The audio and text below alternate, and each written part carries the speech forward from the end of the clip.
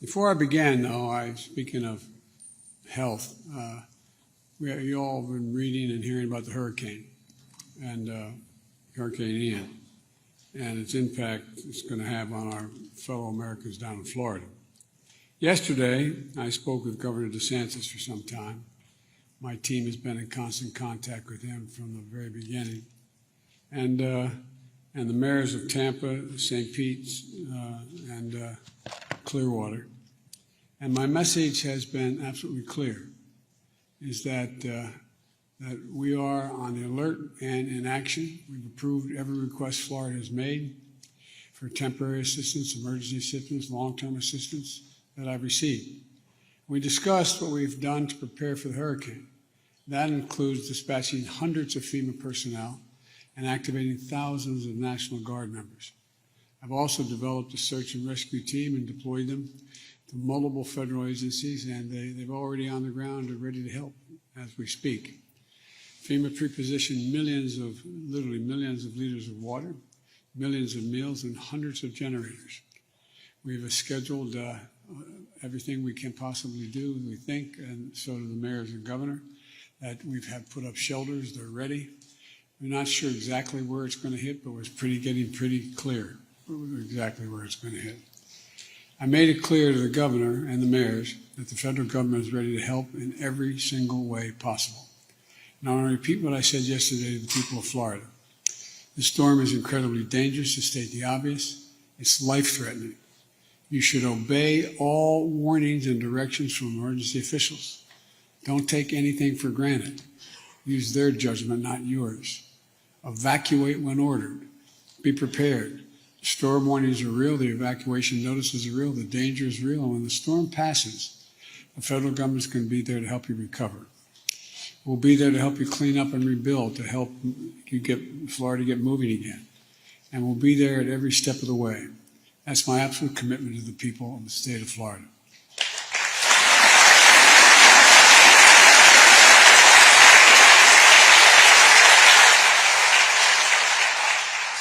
And if you forgive me, I want to add one more warning. That's warning to the oil and gas industry executives. Do not, let me repeat, do not use this as an excuse to raise gasoline prices or gouge the American people.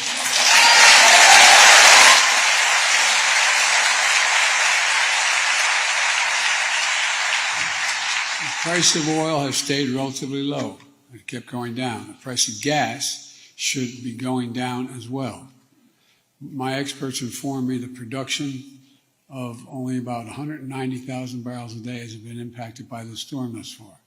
That's less than 2% of the United States daily production impacted for a very short period of time. This small temporary storm impact on oil production provides no excuse for price increases at the pump, none. If gas companies try to use this storm to raise prices at the pump, I will ask officials to look into whether price gouging is going on. America is watching. The industry should do the right thing. As a matter of fact, they should move more quickly now to bring down the price of the pump, because gasoline is down. The price of gasoline is down a great deal. There's too much of a delay between the price of a barrel of gas being produced, oil, and the price of gasoline at the pump. Now, to why we're all here. For this on this historic day. The Secretary of Agriculture already said anything, so I'm leaving.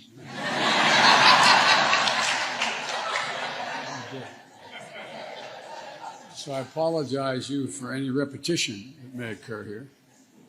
But all kidding aside, it's been over 50 years, to state the obvious. You all know it well, since President Nixon convened the original White House Conference on Hunger, Nutrition, and Health. And that single conference and the laws that it inspired led to transformational change that has helped millions of Americans live healthier lives for generations. Since that time, advances in research and medicine have taught us so much more about nutrition and health. And today, I'm convening this conference again because I believe we can use these advances to do even more to make America stronger and a healthier nation. And so many of you know so much about this as well, and you're committed. And I want to thank all of you here for including bipartisan elected officials like Representative Governor, Senator Braun, Senator Booker, Representative Jackie. Are you here? Where's Jackie? I didn't think she was going to be here to help make this a reality. And thanks to Senator Stabenow, Representative DeLauro for their leadership. And here today we have advocates and activists. Jose Andres, you heard of him, haven't you? Last time we hung out on the Ukrainian border in Poland. And leaders of business, labor, agriculture, faith, and philanthropy. And to achieve ambitious goals that I know we can do if we work together. I really do know we can do this. End hunger in this country by the year 2030 and lower the toll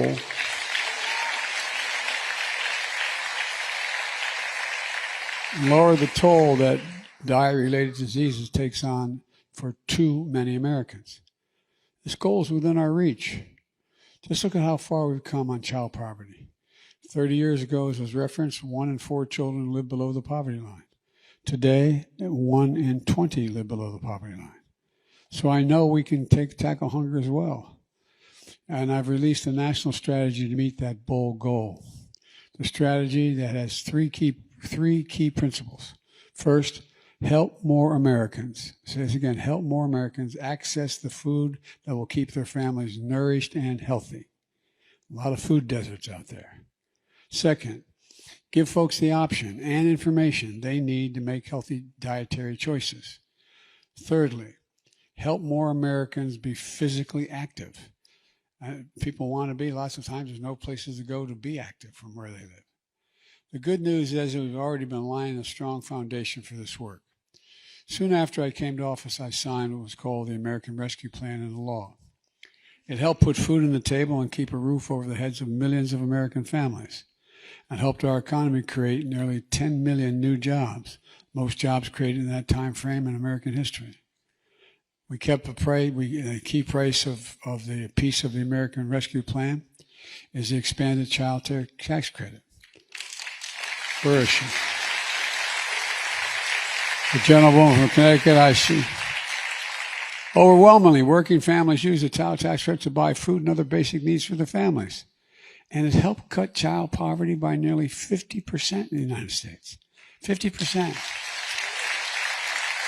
And it cut food insecurity for families by 26%. Look, folks, people are constantly looking at federal programs to see which ones are working and which ones are ineffective. Well, during the pandemic, we had a real-world example right in front of us.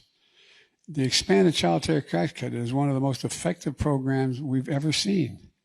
And that's why my national strategy calls on Congress to expand the child credit permanently. Permanently.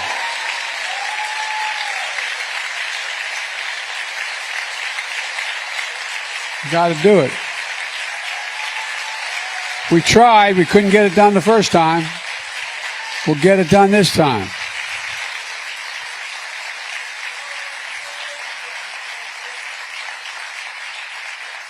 At the same time, I remain committed to protecting workers' rights and fair wages and collective bargaining, including workers who grow, produce, and process our food, who transport it to grocery stores, who stock the grocery shelves, and so they too can afford to feed their families. Look, folks, my strategy would also make permanent an American Rescue Plan program that has made sure families, including over 30 million children, had money to buy groceries in the summer months, so kids don't go hungry when school is in session. It sounds silly for a person to hear that, doesn't have a child. But full school programs, food programs do a lot. During the summer months, things change.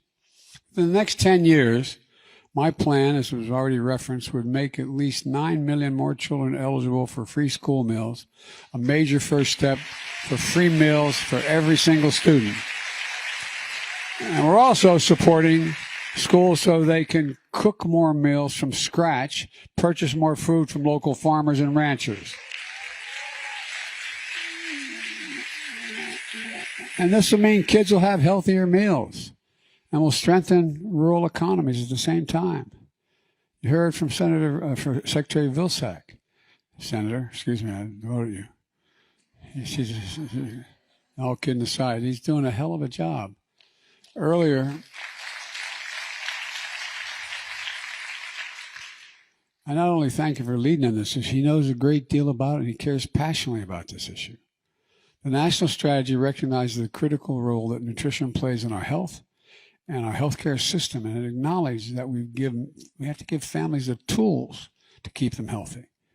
How many of you here are medical people involved in research? You know, almost every single discipline, from cancer to heart disease on down the line, are finding out is affected by diet and exercise. I mean, things you all knew, but it wasn't proved before. And so, example, heart disease is the leading cause of death in America. 19 states, more than 35% of adults are obese. In 19 states. 19. For seniors and millions of folks on Medicaid, our national strategy would expand access to nutrition and obesity counseling so they can get the guidance they need to stay healthy. It has not only do people need to know what they should be eating. Our national strategy also calls for doctors, nurses, dentists to be trained to spot the signs of hunger. And the Food and Drug Administration is already using its authority around labeling, so you know which food is high on trans fats and sodium, so you can figure out which food is actually good for you and what isn't good for you. And that only is going to increase informing people. Both in too many underserved communities, urban, rural, and tribal, there is nowhere to buy fresh food for miles, or safe places for kids to play or adults to exercise. I've signed the bipartisan infrastructure law. It creates space to live, work, and play safely. It doesn't just build highways and build new ports and airports and the like. It also has the ability to transform systems that are already overworked right now, where families can drink clean water, breathe clean air, use public transit so they can shop in nearby grocery stores to stock fresh and healthy foods. We also know that too often healthier foods cost more. That's why my strategy calls for Congress to expand incentives to purchase fruits and vegetables for low-income families. We rely on SNAP benefits to buy groceries, so it'll be easier to afford the food that's good for you. You know, until recently, the way SNAP benefits were calculated hadn't been, as I think this was referenced already, hadn't been updated for nearly 45 years, actually over 45 years. So last year, my administration changed the formula. And now folks are getting an average of $36 extra in their pockets per month. Physical activity is part of living a healthy lifestyle and avoiding diet-related diseases. We're going to work with Congress to increase access to the country's parks, county, city, national, especially for Americans in low-income communities who need public transit to get there. It will also give more families a chance to hike, to bike, to breathe fresh air. Through the Inflation Reduction Act, we're making historic investments in climate and public health so families can get outside and be physically active in the air that's clean, not polluted with dirty diesel from buses and trucks and school buses as well. The Department of Education and the Center for Disease Control and Prevention, the CDC, are going to help schools expand physical education classes into summer schools and summer programs so kids get off to a healthy start in life. If they're in summer school, they're also going to have physical capacity. They have gym, the equivalent of gym. And after school programs, so we get kids off to a healthy start. Not just, so we should take advantage of the opportunities when we have these children. There's so much more in our strategy and so much more in our imagination, but one thing is clear. Meeting our bold goals requires a whole of government approach. A whole of government approach and a whole of society effort. That's why I'm so excited to see all of you here. You represent society in a way that touches every aspect of society, every part of the country. When I look out at all of you and the work you're doing in your communities, I just know we can do this. People are becoming more aware. I mean, people who are getting hurt by the failure to have the access, they're beginning to be aware. And they're beginning to think in ways they didn't think before, what their dietary habits should be and how they should be feeding their children if they can feed them. Well before especially during the pandemic, so many of you were there to help your fellow Americans. They lost their jobs, closed their businesses, faced eviction, homelessness, hunger, lost control. Maybe the worst of all, lost hope and dignity. But whether it's been your life's work or you're just getting started, all of you are stepping up. You collected food donations. You served and saved baskets and lunches and breakfast foods. And I mean, just across the board, you did everything in school programs and summer school programs. You found new ways to get food from farms to restaurants to dinner tables. You gave other families hope. In my church, we have an expression. When someone's doing something, they say, you're doing the Lord's work. A lot of people have been doing the Lord's work. That's what each of you are doing. And we're on our way in a way that I don't think that we have for a while. And again, science changes things. And people are realizing not only whether or not they're overweight or obese or not healthy, quote unquote, but certain diseases are affected by what they eat, what they intake. And people are beginning, the more we can spread that word and educate people on what's at stake, the more we're going to see change. But we have to be ready as a government, as a people, to provide the elements of change that are going to change things for them. So thanks to the American Rescue Plan and the fact that the economy is turning around, a high level of food insecurity we saw at the height of the pandemic is down. But despite the progress, 1 in 10 American households still do not have access to enough food. 1 in 10. We're working to deliver an economy that finally works for working families. Jobs are up. People are back to work. We're taking on inflation seriously, enacting policies to bring down costs. But there's always significantly more we can do. That's why we're here today, to harness our greatest resource, our fellow Americans. Everyone has an important role to play. Local, state, territory, and tribal governments, and the federal government as well. The private sector, civil society, agriculture, philanthropy, academia. For example, the Rockefeller Foundation and the American Heart Association are expanding research into the relationship between food health and health equity. And the Food, Nutrition, and Investor Coalition is investing $2.5 billion into proven technologies and startup companies, pioneering new ways for reducing hunger and improving nutrition. Today, we're announcing over $8 billion in commitments from over 100 different organizations to help reach our goals. $8 billion.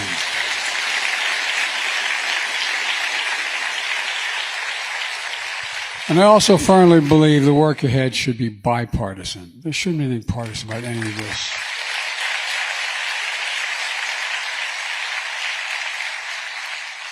Just as it was when President Nixon first convened this conference and when Senator George McGovern and Bob Dole transformed America's role in reducing hunger in America around the world.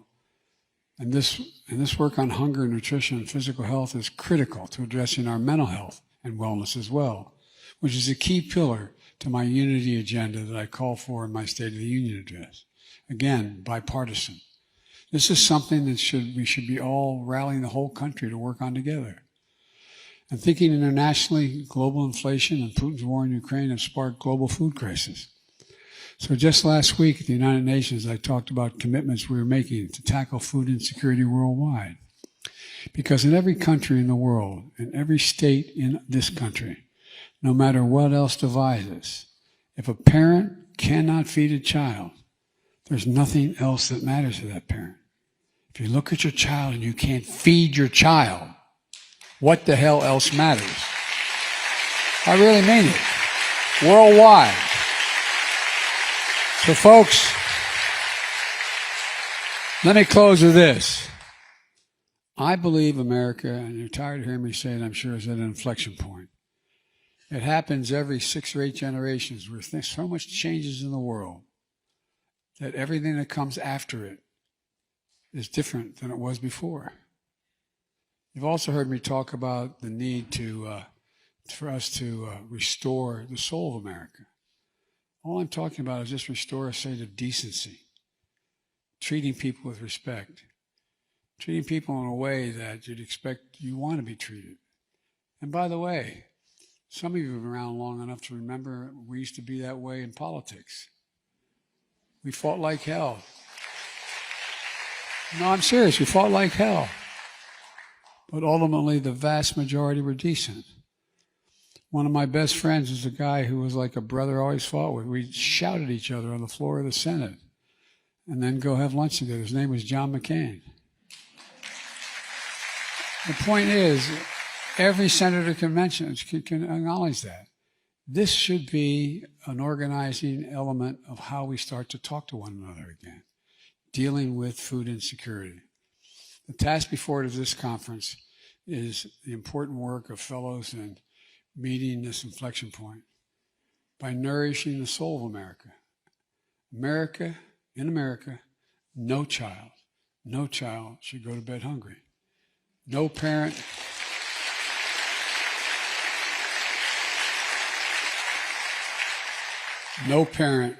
should die of a disease that can't be prevented. It's always been a country,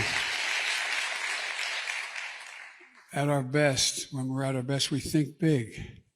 It's almost like we don't think anymore that we can do big things. Now, I mean it sincerely. Think about it. I realize this is not directly related, but one of the things that I say to my team, my friends, if I could wave a wand and change one thing that would change America's attitude about all we were able to do, remember who we were, I'd wave a wand and say, cure cancer. Why cancer? Everybody is scared to death of cancer, and most people don't think we can do much about it. We can, but imagine if we did that. People say, my God, we're back. Well, this could be a gigantic step. Remind us who the hell we are. This is the United States of America. There is nothing.